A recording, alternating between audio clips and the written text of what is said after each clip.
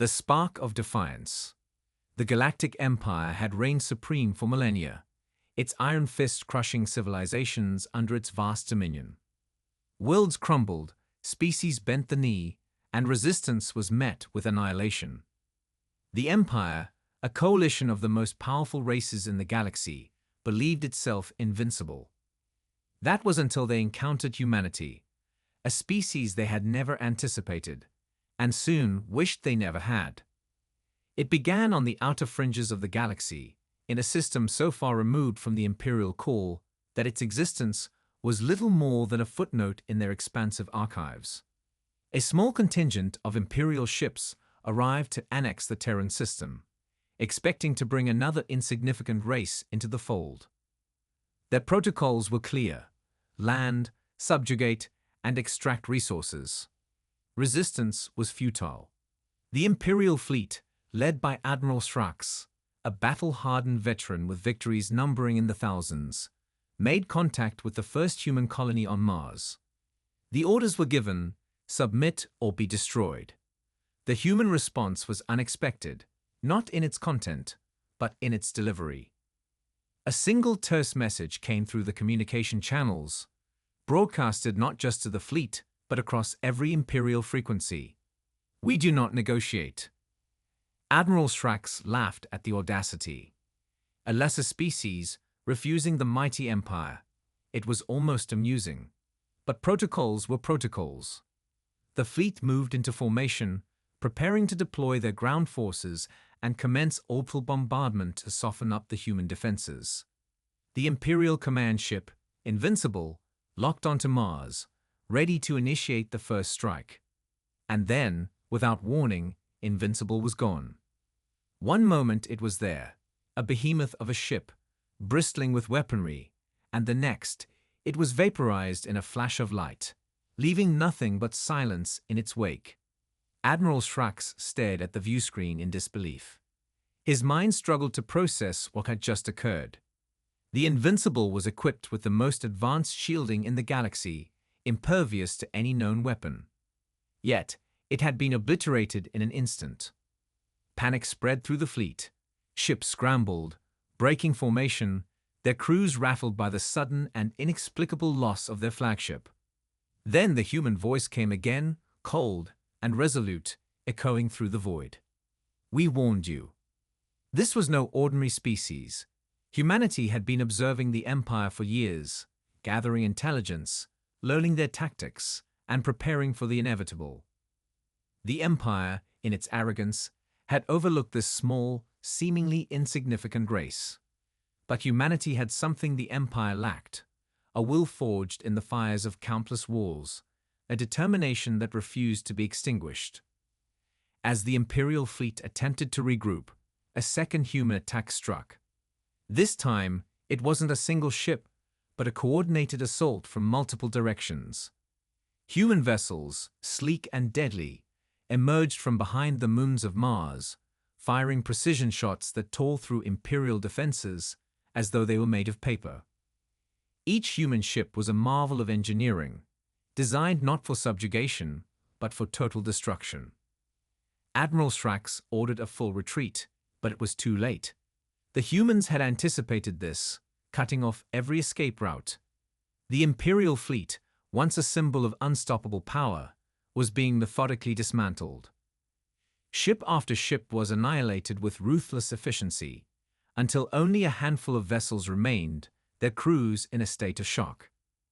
In the midst of the chaos, a message was sent from Earth, directly to the heart of the Imperial core. It was simple, yet it sent shivers down the spine of every Imperial officer who heard it. Leave now, or face extinction. For the first time in his career, Admiral Strax felt fear. This was no mere resistance. This was a species that fought not for survival, but for complete and utter dominance. And they were winning. As the remnants of the fleet limped away, fleeing back to Imperial space, the reality of what had just occurred began to sink in. The Empire, which had stood unchallenged for millennia, had just faced an enemy that not only refused to bow, but had utterly humiliated them in the process. Humanity had made its introduction to the galaxy, and it was only the beginning. The Empire Strikes Back news of the defeat spread like wildfire throughout the Empire. The unthinkable had happened. An Imperial fleet, led by one of the most esteemed admirals, had been decimated by an unknown species. The Emperor himself, a being of immense power and intellect, was outraged. He summoned his council, demanding answers and a plan for retaliation. On Earth, the victory was celebrated, but the leaders knew this was just the start. Humanity had drawn a line in the sand, and the Empire would not take this defeat lightly.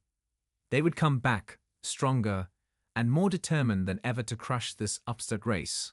Humanity's only hope was to prepare for the inevitable storm. Back in the Imperial core, the Emperor dispatched his elite forces. The Praetorian Guard, a fearsome fleet led by General Selax, a ruthless tactician known for his unyielding methods. Selax was given one order: annihilate the humans. No negotiations, no mercy. The Praetorian fleet, armed with the most advanced technology and weaponry, embarked on its mission.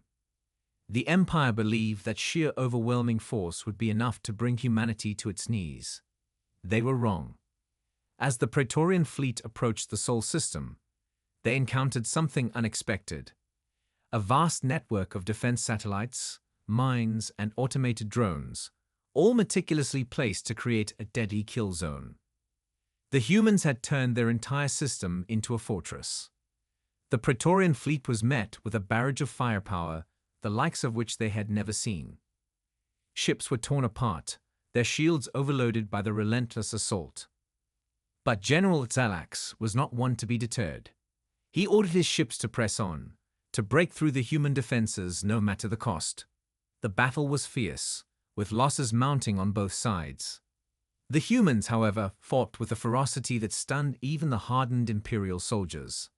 Every inch of space was contested. Every ship destroyed was replaced by another, seemingly appearing from nowhere. On Earth, humanity watched the battle unfold. This was their moment of truth. They had prepared for this, but even they were surprised by the sheer scale of the Imperial response. But humanity had one advantage that the Empire did not: a unity of purpose. Every nation, every human, had come together to defend their home. It was not just a war, it was a fight for survival. As the Praetorian fleet finally broke through to Earth's orbit, they found themselves facing the full might of the human defense forces. Massive space stations, bristling with weapons, engaged the Imperial ships. Human fighters swarmed the enemy, outmaneuvering them with tactics honed in countless simulations and live-fire exercises. General Selax, in his flagship Imperator, directed the battle with cold precision. He ordered a direct assault on the human command center, located deep beneath the surface of Earth. If he could decapitate their leadership, the rest would fall. The Imperator descended into Earth's atmosphere, its shields glowing as they absorbed the heat and energy from the planet's defense grid. But as the Imperator prepared to unleash its devastating bombardment, a new player entered the fray. A massive human warship, larger than any the Empire had encountered before, emerged from the shadows of the moon. Its hull was reinforced with an unknown alloy, and its weapons array was unlike anything the Empire had ever seen. This was humanity's secret weapon, the Dreadnought. The Dreadnought opened fire, its main cannon unleashing a beam of energy so powerful that it sliced through the Imperator's shields and hull as if they were made of paper. General Selax had only moments to realize the extent of the humans' technological prowess before his ship was torn apart. With the destruction of the Imperator, the Praetorian fleet was thrown into disarray. The humans seized the moment, launching a coordinated counterattack that drove the remaining Imperial ships out of orbit. The Praetorian Guard, the pride of the Empire, had been defeated. On the Imperial homeworld, the Emperor's rage knew no bounds. He had underestimated humanity, and now the consequences were becoming clear. The Empire was facing an enemy unlike any they had encountered. A species that not only resisted, but could potentially challenge their very existence. As humanity regrouped, they knew the war was far from over. The Empire would come again, with even greater force. But humanity was ready. They had tasted victory, and they would not back down. The galaxy was about to learn a harsh lesson. Humans don't negotiate, they annihilate. The tide turns. In the aftermath of the Praetorian Guard's defeat, the Galactic Empire reeled from the shockwaves of humiliation. For the first time in history, the Empire's invincibility was in question. Whispers of doubt spread through the ranks, and the once unshakable loyalty of the Emperor's subjects began to waver. The Emperor, however, was not ready to concede defeat.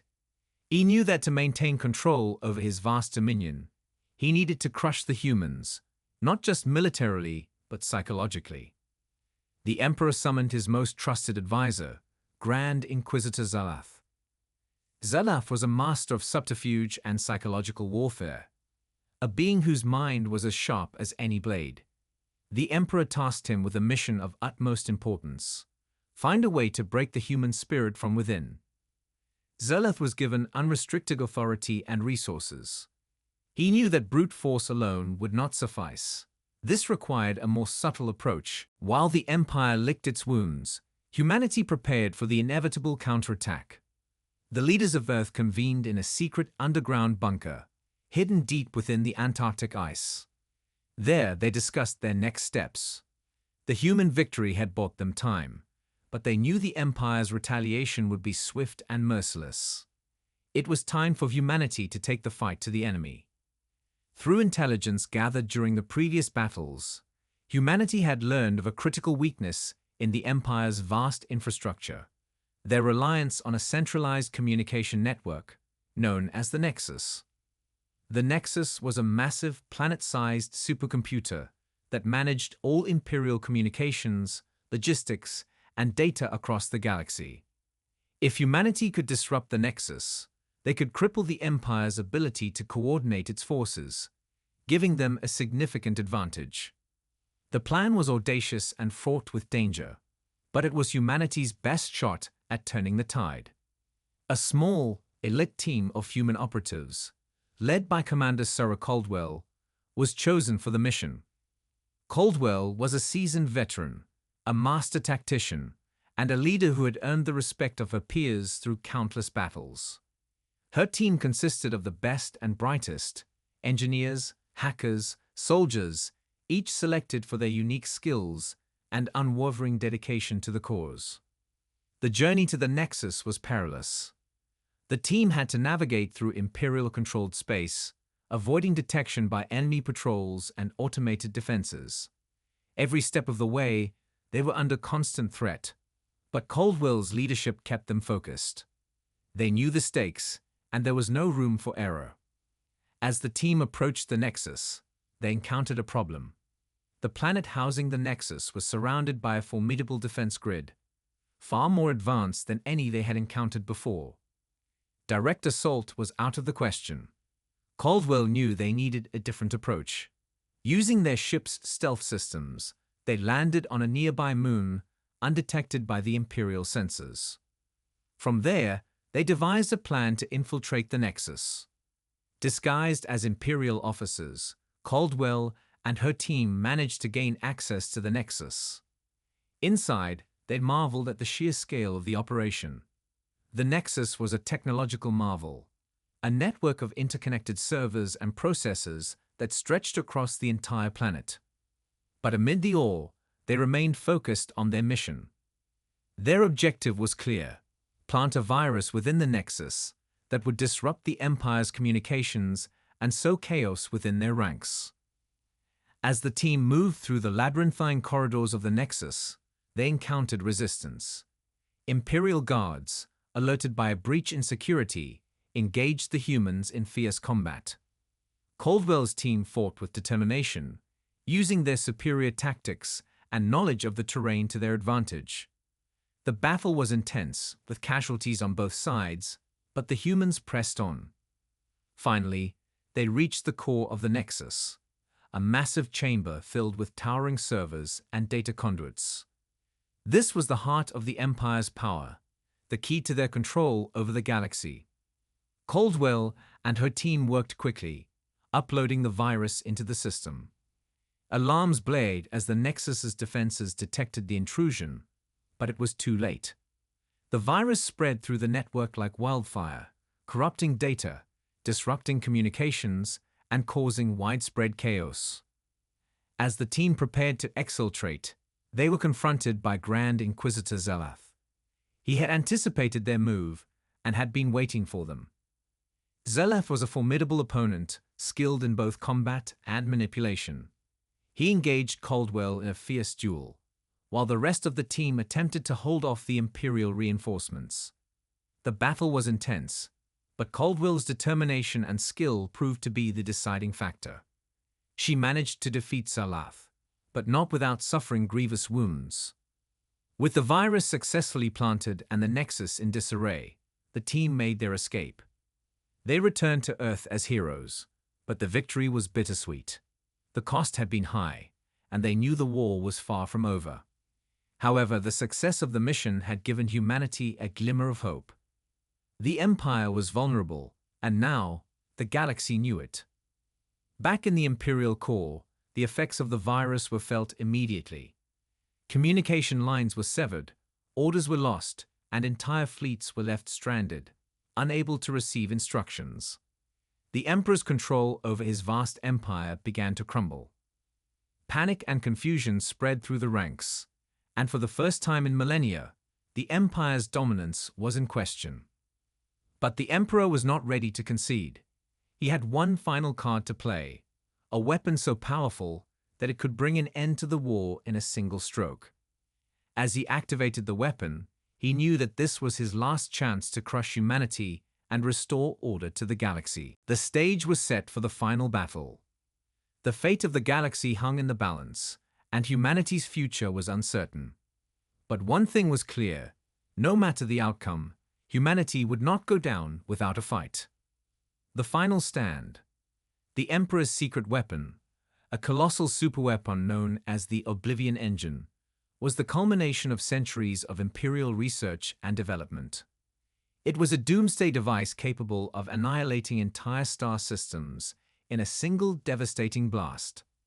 The Emperor had kept it hidden, a last resort in case the Empire ever faced an existential threat. Now, with humanity challenging the very foundation of his rule, he was ready to unleash its full power.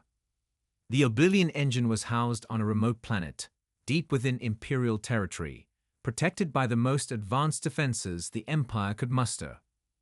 It was a weapon of unimaginable destructive capability, designed to be the ultimate deterrent against any who dared to defy the Emperor's will. As the Oblivion Engine was brought online, its presence was detected by human intelligence. The sheer energy output of the weapon was impossible to hide, and alarms were raised across the Sol system. Earth's leaders quickly realized the gravity of the situation. If the Oblivion Engine were to be activated, humanity would be wiped out in an instant. There was no time to waste. Earth's remaining fleet, bolstered by newly developed warships and battle-hardened crews, was mobilized for a desperate mission: the destruction of the Oblivion Engine. It was a suicide mission, but there was no other option. Humanity's survival depended on it. Commander Sarah Caldwell, despite her injuries from the previous mission, insisted on leading the assault. She knew the stakes better than anyone and understood that this was humanity's last stand. The fleet, under her command, made the perilous journey through Imperial space, dodging patrols and navigating treacherous star systems. Every moment was filled with tension, knowing that the Oblivion Engine could be activated at any time. As the fleet approached the planet housing the Oblivion Engine, they were met with fierce resistance. The Emperor had anticipated humanity's response and had deployed his most elite forces to protect the weapon. Massive space battles erupted in orbit, with human and Imperial ships clashing in a brutal contest of firepower and tactics. The humans fought valiantly, but the odds were heavily stacked against them. Caldwell knew that the only way to succeed was to go for the throat. She ordered a direct assault on the Oblivion Engine, leading a squadron of the most advanced human fighters in a daring attack run. The plan was to breach the planet's atmosphere, penetrate the defenses, and deliver a payload of experimental antimatter bombs directly into the heart of the Oblivion engine. The attack was a suicide mission, but the pilots knew what was at stake. They flew with precision, dodging enemy fire and weaving through the planet's formidable defense grid. Caldwell, in the lead fighter, pushed her ship to its limits, her eyes fixed on the target. The Oblivion engine loomed ahead, a massive structure of dark metal and ominous energy, pulsating with the power to end worlds. As the squadron approached the engine, the Emperor himself appeared on the communication screen, his visage twisted with fury and desperation. He demanded their surrender, promising to spare Earth if they turned back. But Caldwell knew better. There would be no mercy, no negotiation. Humanity's survival depended on their success. Ignoring the Emperor's threats, Caldwell and her team pressed on.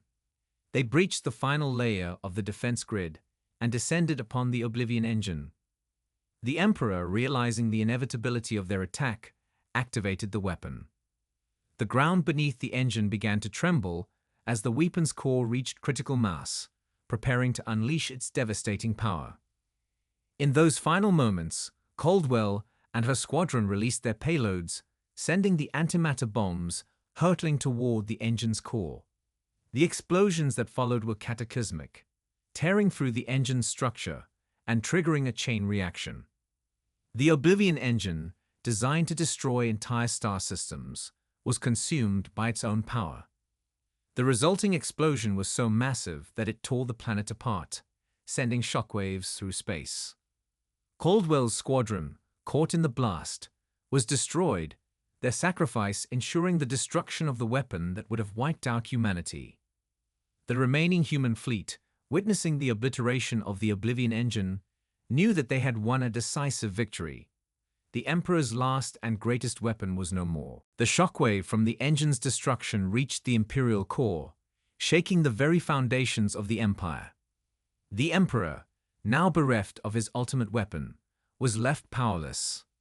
The defeat was catastrophic, not just in military terms, but in the symbolic blow it dealt to the Empire's authority. In the weeks that followed, the Empire began to fracture. Systems that had once been loyal to the Emperor declared independence, emboldened by humanity's defiance. Rebellions erupted across the galaxy, as species that had long suffered under the Empire's rule seized the opportunity to fight for their freedom. On Earth, the mood was one of both mourning and triumph. The loss of Caldwell and her squadron was a heavy blow, but their sacrifice had ensured the survival of humanity. The victory against the Oblivion engine was a turning point, a moment that would be remembered for generations to come. As the dust settled, humanity emerged from the conflict as a force to be reckoned with. The Empire, once thought invincible, was now on the brink of collapse. Humanity had not only survived, they had changed the course of galactic history. And so the legend of humanity spread across the stars, a species that did not negotiate, did not bow, but fought with every ounce of strength they possessed. The galaxy had learned a hard lesson. Humans do not negotiate, they annihilate. The end.